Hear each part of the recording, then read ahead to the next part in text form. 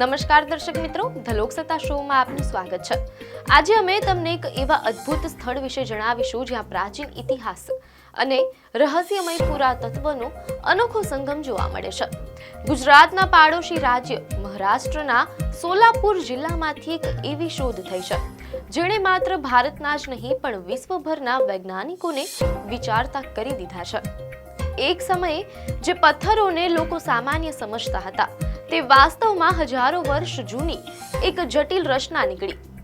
સોલાપુરના બોરામણી ગામ પાસે પીળા ઘાસના મેદાનોમાં ભારતનું અત્યાર સુધીનું સૌથી મોટું અને શાસ્ત્રીય સ્વરૂપનું ચક્રવ્યૂહ અથવા ભૂલભુલામણી મળી આવી છે।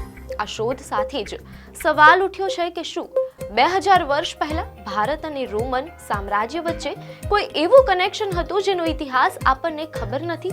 આ રહસ્ય પરથી પડદો ત્યારે ઉચકાયો જ્યારે પક્ષી નિરીક્ષકોના એક જૂથને માલધોક પક્ષી અભયારણ્ય પાસે પથ્થરોનું અજીબ માળખું દેખાયું।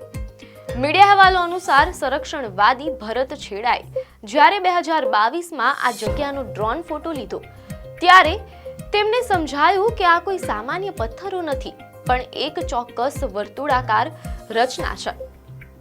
આ ફોટો અંતે કોલ્હાપુરના સંશોધક સચિન પાટીલ પાસે પહોંચ્યો। ડિસેમ્બર 2025માં જ્યારે પાટીલ જાતે આ સ્થળે પહોંચ્યા અને ઘાસ સાફ કર્યું ત્યારે તેમની આંખો પહોળી થઈ ગઈ। આ માત્ર એક આકાર નહોતો પણ 15 સર્કિટ એટલે કે 15 વર્તુળો ધરાવતી એક અત્યંત જટિલ ભૂલભુલામણી હતી। આખા ભારતમાં આટલી મોટી અને 15 વર્તુળો વાળી ગોળાકાર રચના પહેલીવાર મળી આવી છે તેમ અહેવાલોમાં જાણવા મળેલ છે જેનો વ્યાસ લગભગ 50 ફૂટ જેટલો છે।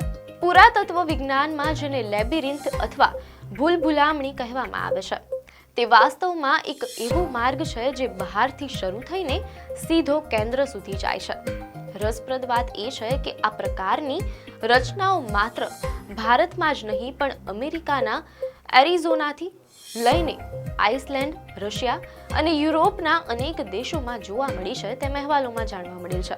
સાથે જ મીડિયા અહેવાલો મુજબ ઇંગ્લેન્ડના સંશોધક જેફ સાવર્ડ જે છેલ્લા 5 દાયકાથી આના પર અભ્યાસ કરી રહ્યા છે તેઓ જણાવે છે કે વિશ્વભરમાં આ ભૂલભુલામણીની ડિઝાઇન લગભગ એક સરખી હોય છે।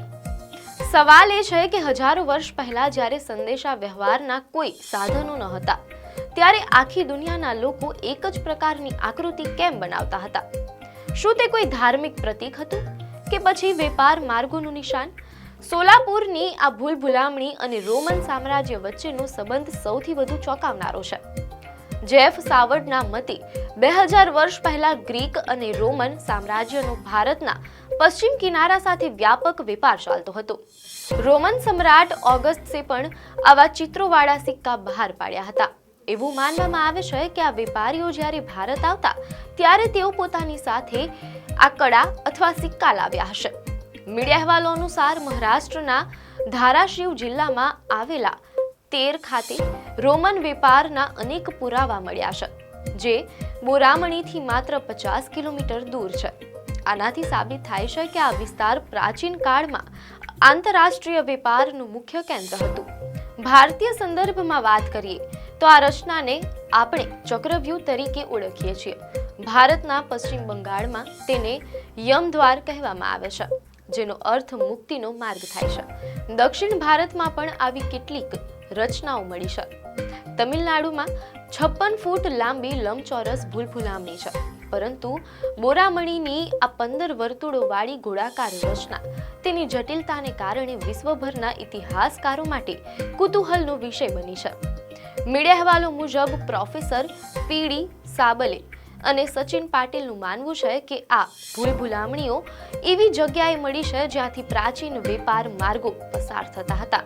મહારાષ્ટ્રના નાલાસોપારા બંદરથી લઈને જુન્નાર, પૈઠણ અને કોલ્હાપુર સુધીના માર્ગો રોમન વેપાર સાથે જોડાયેલા હતા। જ્યારે વેપારીઓ સહ્યાદ્રીના ઊંચા પહાડોમાં રસ્તો ભૂલી જવાની સંભાવના હોય અથવા જ્યાં દ્રષ્ટિ અવરોધાતી હોય ત્યાં માર્ગદર્શન માટે આવી પથ્થરની રચનાઓ બનાવવામાં આવતી હોઈ શકે। આ ચક્રવ્યૂહ કદાચ એ વાતનું પ્રતીક હતું કે મુસાફરીમાં ગમે તેટલા વળાંક આવે પણ સાચો રસ્તો હંમેશા કેન્દ્ર તરફ લઈ જાય છે. પુરાતત્વવિદોના અંદાજ મુજબ મોરામણીની આ રચના લગભગ 2000 વર્ષ જૂની એટલે કે પહેલી કે બીજી સદીની હોઈ શકે છે. આ સમયગાળામાં રોમન વેપારીઓ મોટી સંખ્યામાં ભારત આવતા હતા. સોલાપુરના મોરામણીની આ ટેકરી પર મળેલો ચક્રવ્યૂહ આજે પ્રવાસીઓ અને સંશોધકો માટે આકર્ષણનું કેન્દ્ર બન્યું છે. જો કે હજુ પણ અનેક પ્રશ્નોના જવાબ મળવાના બાકી છે. પુરાતત્વ વિભાગ અત્યારે આના પર વધુ સંશોધન કરી રહ્યું છે. આ રહસ્યમય ચક્રવ્યૂહ વિશે તમારા વિચારો અમને કોમેન્ટમાં ચોક્કસ જણાવશો. આપને માહિતી સારી લાગી હોય તો વિડીયોને લાઈક અને શેર કરજો, ચેનલને સબસ્ક્રાઇબ કરજો.